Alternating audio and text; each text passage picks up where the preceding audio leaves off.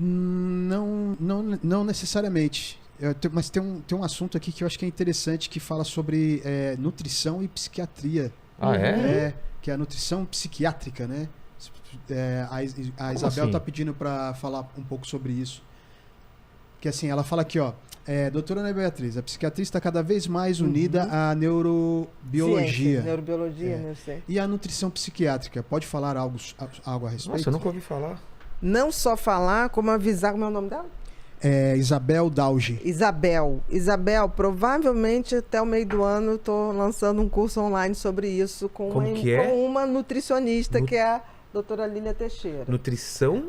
Psiquiátrica. Nossa, o que é? Por quê? Existe por exemplo, se você tem diabetes, você tem um nutricionista que vai botar ali o que você pode e o que você não pode. Tá. O tipo de carboidrato, o que é mais saudável, o que não é. Por exemplo, diabetes não pode comer manga. Porque as pessoas falam, fruta. Fruta tem açúcar, frutose. Exatamente. Então tem gente que fala assim, eu não boto açúcar no cafezinho, mas aí come o abacaxi inteiro, entendeu? E não sabe porque fica diabético. Na mesma maneira, o funcionamento, você tem alimentação que favorece o coração. Exato. E o cérebro também. E durante muito tempo a gente negligenciou nisso. Então, por exemplo, tudo que faz bem para o coração faz bem para o cérebro. Por quê? Porque o cérebro precisa de vascularização. Tá. O cérebro consome 1/5 de tudo que a gente come. Transforma em glicose. 1/5? Se ele não estiver pensando muito. Nossa. Se ele estiver no hiperfoco, 2/5. Tá? Então ele tem um gasto energético imenso. Então a gente precisa de coisas que façam o cérebro ter uma circulação. Então tudo que faz bem. Ao mesmo tempo, existem doenças que a gente sabe que precisam de determinados nutrientes. Por exemplo, deprimido. O deprimido tem que ter vitamina D acima da média. Porque a vitamina D é fundamental para a produção de serotonina. Que vem do sol. Não, melatonina. Não, a D. A D vem do sol. Mas, por exemplo... Tomar sol é bom. Mais ou menos. Ah, não é? Por quê? Para você ter a tua dose diária de vitamina D, que seria mais ou menos 10.000 unidades, você teria que tomar sol, tá? Pelado ou pelada durante 10 minutos, entre 10 e 11 horas. Qual é o dermatologista que vai permitir que isso ocorra? Primeiro que você não vai ter onde ficar pelado para fazer isso. É 10 minutos. Aí o que as pessoas fazem? Põe o braço. Aí fica o braço e não absorve. Você precisa daqueles 10 minutos no corpo inteiro. Entendeu? Então, assim, tem gente que fala assim, mas a minha vitamina D tá normal. Sim, mas para produzir serotonina, uma pessoa que tem menos, eu preciso de mais. Então, eu preciso de níveis entre 40 e 50. Quando você vai vir ali no laboratório, que o nível é acima de 29, de 28. Para o deprimido é pouco. Para a tua imunidade é pouco. Entendeu? Por exemplo, L-triptofano. L-triptofano é o aminoácido que faz... Imagina que a serotonina, que é um antidepressivo natural, que atua na qualidade dos pensamentos. Tá. Quem tem serotonina baixa tem pensamentos intrusivos, obsessivos e negativos. Muito. Então, o que acontece? Imagina que a serotonina é uma parede. O tijolo que faz essa parede chama L-triptofano. E o cimento que cola isso é magnésio, é zinco. Então, para eu fazer isso, eu preciso dessas substâncias. Entendi. Aí você fala, se você é deprimido, você tem tendência a ter menos esses elementos. E outra coisa, deprimido não pode ter intestino preso. De jeito nenhum. Porque a maioria onde se produz serotonina? Cérebro e intestino. No intestino se produz mais serotonina e dopamina do que no cérebro. Cara, e tem neurônio Tem, no intestino? Quando eu descobri isso, eu achei incrível. O intestino é o segundo cérebro. Literalmente. O Hélio Póvoa, o cara que trouxe esse conceito de ortomolecular para o Brasil, o livro dele da década de 80, eu me lembro que eu li esse livro, o segundo cérebro, o intestino. Nossa. Não precisa nada. Qual é o termo que se usava antigamente para falar que a pessoa estava com o intestino preso? fulano está enfesado. Retenção de fezes. Exato. Então, por exemplo, quando chega um paciente, eu falo, não tem como o intestino não funcionar. Porque tem gente, principalmente mulher, que chega e fala assim, eu falo, como é seu intestino? Ah, não vou ao banheiro. É razoável. Eu falo, não, mas o que é razoável? Você vai ao banheiro todo dia? Não, uma vez por semana. Eu falei, isso é péssimo.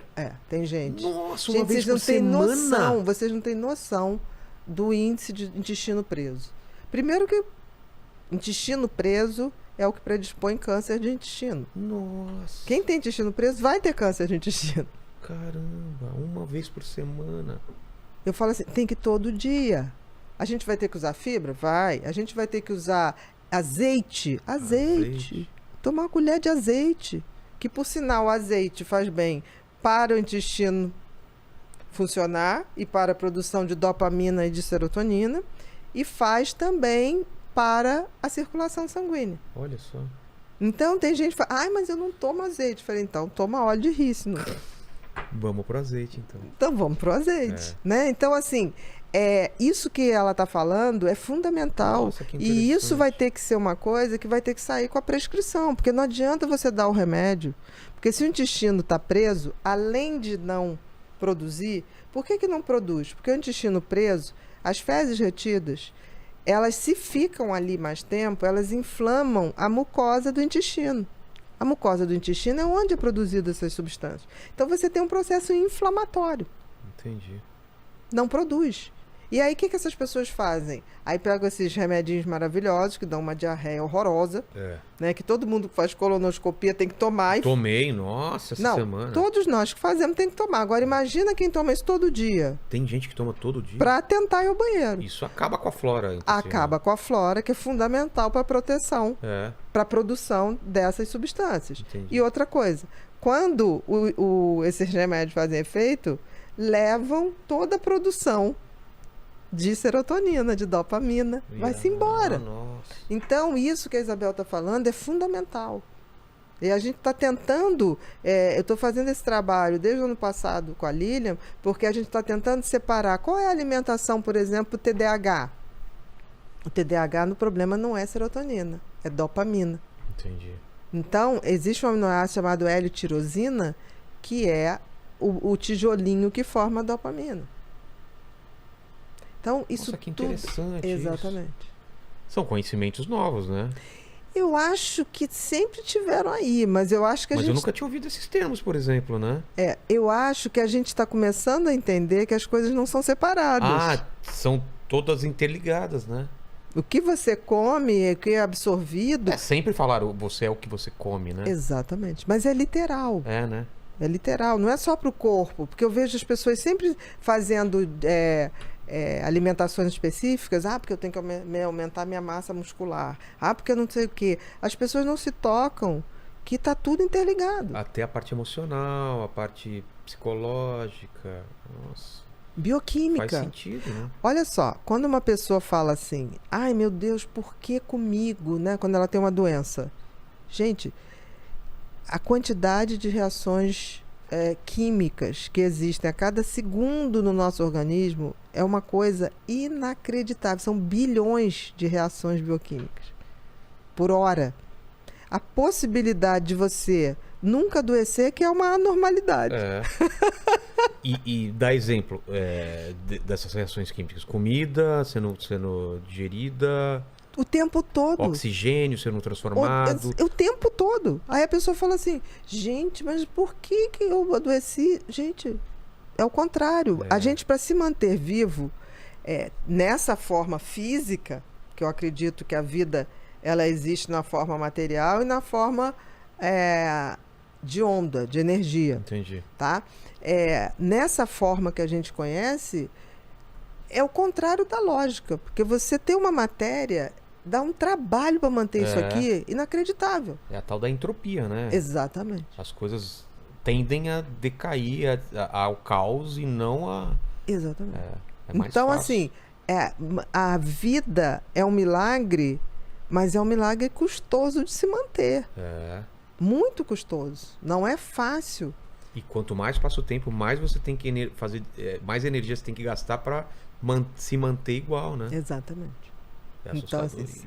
não sei se é assustador, ao mesmo tempo é muito legal, porque assim, quando você consegue ir envelhecendo com saúde, cara, você dá uma sensação tipo assim, eu estou agradecendo a essa mágica que acontece, estou Presente. sabendo levar esse presente que foi me dado, sabe? Faz Com sentido. carinho. Você começa a entender que a vida foi te dada, mas você, no fundo, você vai ser teu pai e tua mãe. De cuidar disso aí. Você pode ajudar a cuidar do teu filho, mas você vai ter que ser pai e mãe de você também. Como um dia ele vai ser também dele, né? Como um dia ele vai ser dele também. Que legal.